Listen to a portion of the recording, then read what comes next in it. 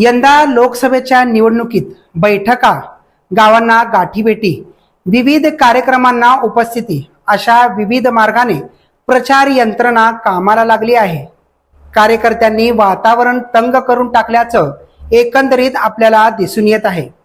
यात अनेक ठिकाणी भाजपाच्या उमेदवारांची पिछेहाट होताना दिसते असं मत राजकीय जाणकार व्यक्त करतायत। वेगवेगळ्या सर्वेमधून ती गोष्ट याआधी समोर आलेली देखील आहे।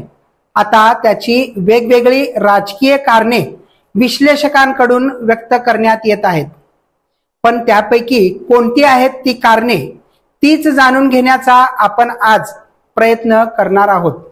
नमस्कार, मी इम्रान सगरी। खरं तर कधीही लोकांना कमी लेखू नये। एक हद असते, एक सीमा असते, जी ओलांडली गेली तर लोक समोरच्याला योग्य ती त्याची जागा दाखवूनच देतात। आपण पाहिले की महाराष्ट्र राज्यात दोन दिग्गज पार्ट्या या फोडल्या गेल्या आहेत। शरद पवार आणि उद्धव ठाकरे यांच्यातील लोकांकडूनच पक्ष फोडण्यात आले, दोन दोन गट पाडण्यात आली। अनेकांना हे पटलं देखील नाही। त्यामुळे आज महाराष्ट्र राज्यात यंदा महाविकास आघाडीची लाट असल्याचं राजकीय विश्लेषकांचं म्हणणं आहे। राज्यातील एकूण 48 जागांपैकी किमान 28 जागांवरती महाविकास आघाडीची जीत पक्की होणार असल्याचं अंदाज वर्तवण्यात येत आहे। संपूर्ण देशात महाराष्ट्र राज्याच्या लोकसभेच्या 48 जागांवर लक्ष लागून राहिलेलं आहे। यंदा राज्यात मोदी लाट नाही तर महाविकास आघाडीला सहानुभूतीची लाट असल्याचं राजकीय विश्लेषकांचं म्हणणं आहे। त्यामुळेच की काय, भाजपाकडून मोठ्या प्रमाणात महाराष्ट्र राज्यात अनेक मतदारसंघात पंतप्रधान नरेंद्र मोदी, अमित शहा, योगी आदित्यनाथ, टी राजा सिंग, नितीन गडकरी यांच्यासह अनेक दिग्गजांकडून प्रचार सभा घेण्यात येत आहेत। एकेका मतदारसंघात 3-3, 4-4 जणांच्या प्रचार सभा होत आहेत। महत्वाचे म्हणजे यंदा महाराष्ट्र राज्यात खुद पंतप्रधान नरेंद्र मोदी यांच्या सभा सर्वात जास्त होत असल्याचं आपल्याला दिसून येत आहे।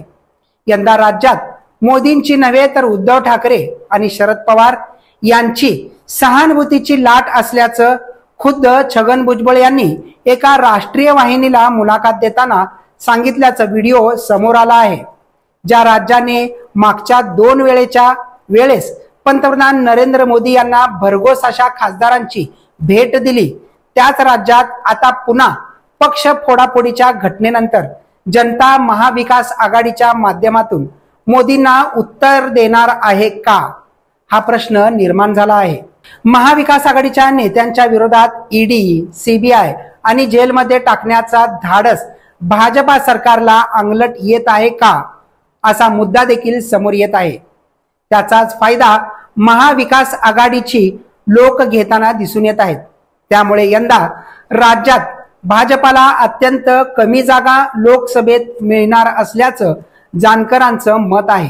भाजपाच्या काही नेत्यांना वारा हा महाविकास आघाडीच्या बाजूने वाहत असल्याचं देखील लक्षात आलंय का, की ज्याच्यामुळे राज्यात पंतप्रधान नरेंद्र मोदी पासून ते अमित शहा, नितीन गडकरी, टी राजा सिंग अशा दिग्गजांच्या सभा, प्रचार रॅल्या होत असल्याचं दिसून येत आहे। येणाऱ्या 7 मेला होणाऱ्या राज्यातील 13 जागांवरील लोकसभा मतदान हा निर्णायक ठरणार आहे। 7 मेला होणाऱ्या मतदानाच्या टक्केवारीवरून महायुतीचे आणि महाविकास आघाडीचे पुढील टप्प्यांच्या मतदानाबाबतीत कोण बाजी मारणार हे चित्र स्पष्ट होणार आहे।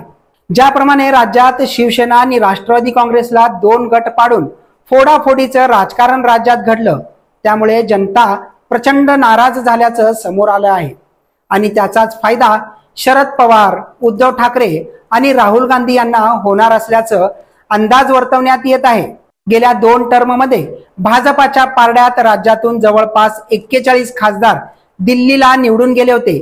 मात्र यंदा महाविकास आघाडीच्या सहानुभूतीच्या बवंडर लाटेमुळे भाजप, शिवसेना म्हणजेच महायुतीच्या माध्यमातून दिल्लीला केवळ 20 ते 22 खासदार दिल्लीला जातील की काय, अशी भीती व्यक्त करण्यात येत आहे। मात्र कोणाला किती जागा मिळतात, कोण किती खासदार दिल्लीला पाठवून देतो, हे येणाऱ्या 4 जून रोजी आपल्याला कळणारच आहे। त्यासाठी आपल्याला 4 जून पर्यंतची वाट पाहावी लागणार आहे। तुम्हाला हा आजचा आमचा विशेष व्हिडिओ कसा वाटला हे कमेंटच्या माध्यमातून प्रतिक्रिया नोंदवून आम्हाला नक्की कळवा। तसेच लोकप्रधान न्यूज चॅनलला सबस्क्राइब आणि लाईक करायला देखील विसरू नका।